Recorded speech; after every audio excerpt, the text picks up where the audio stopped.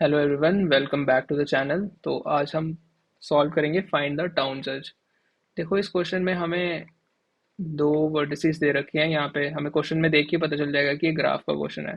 तो पहले इसको एक बार विजुलाइज करते हैं। अह, देखो एग्जांपल लेते हैं। ए है,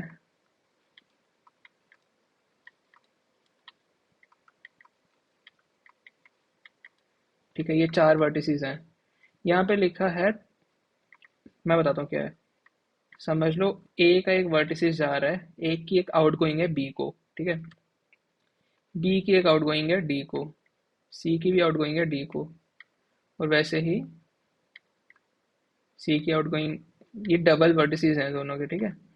इसका मतलब है ए जो है वो सी पे ट्रस्ट कर रहा है, सी ए पे ट्रस्ट कर रहा है, ए बी पे ट्रस्ट कर रहा है, बी ए पे ट्रस्ट कर रहा है, और क्या कहते हैं, सी डी पे ट्रस्ट कर रहा है। लेकिन जो डी है वो किसी पे भी ट्रस्ट नहीं कर रहा। ट्रस्ट का मतलब है कि उसकी कोई आउटगोइंग वर्टिसेस नहीं है, ठीक है।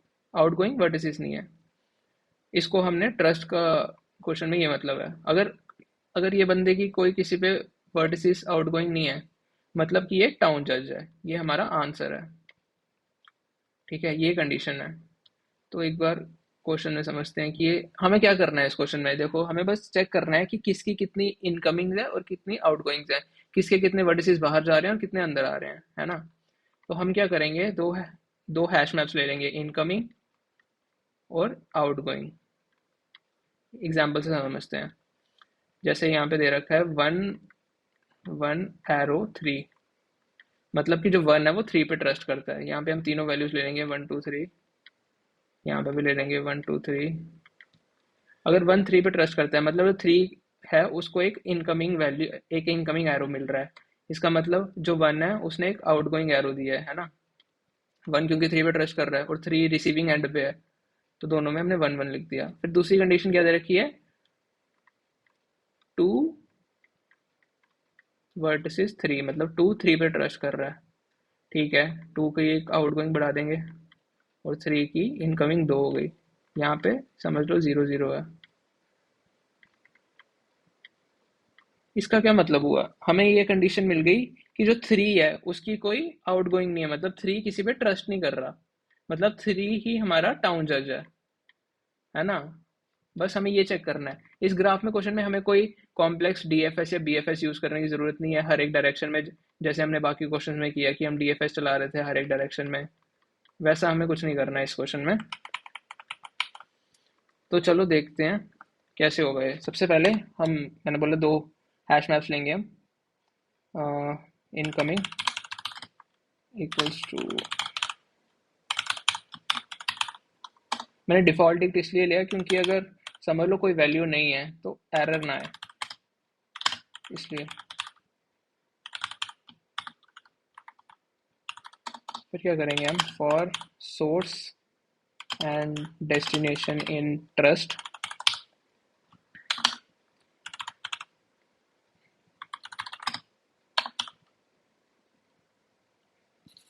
Incoming destination plus n equals to 1,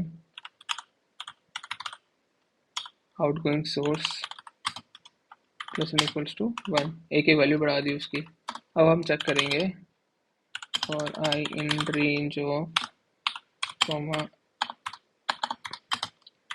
हमने n प्लस वन क्यों लिया, क्योंकि आपको पता है रेंज फंक्शन में अगर सिर्फ n लेंगे तो n को इंक्लूड नहीं करेगा, हमारी लास्ट वैल्यू को इंक्लूड करे, इसलिए हम n प्लस वन लेंगे। यहाँ हमें चेक करना है if incoming of I is, incoming नहीं, पहले आउटगोइंग चेक करते हैं। if outgoing of I is equals to 0 and incoming is equals to n minus 1। हमने n माइनस वन क्यों लिया, क्योंकि देखो n हमारे टोटल नंबर ऑफ वैल्यूज हैं। जैसे यहाँ पे देखा था, एक एरो हमेशा कम रहेगा, टोटल एरोज में से एक एरो हमेशा कम होगा क्योंकि वो किसी पे ट्रस्ट नहीं कर रहा, है ना। तो जो टोटल वैल्यूज है उसमें एक माइनस होगा ही होगा। फिर हम क्या करेंगे, रिटर्न कर देंगे अगर ऐसी हमें कंडीशन फुलफिल होती है तो आई, नहीं तो हमें क्वेश्चन में क्या दे रखा है, हाँ, नहीं तो हमें -1 रिटर्न करना है, रिटर्न -1।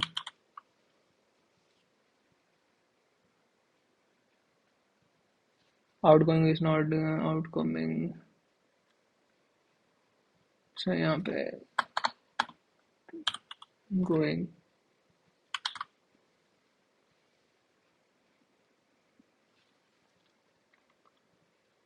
इनकमिंग।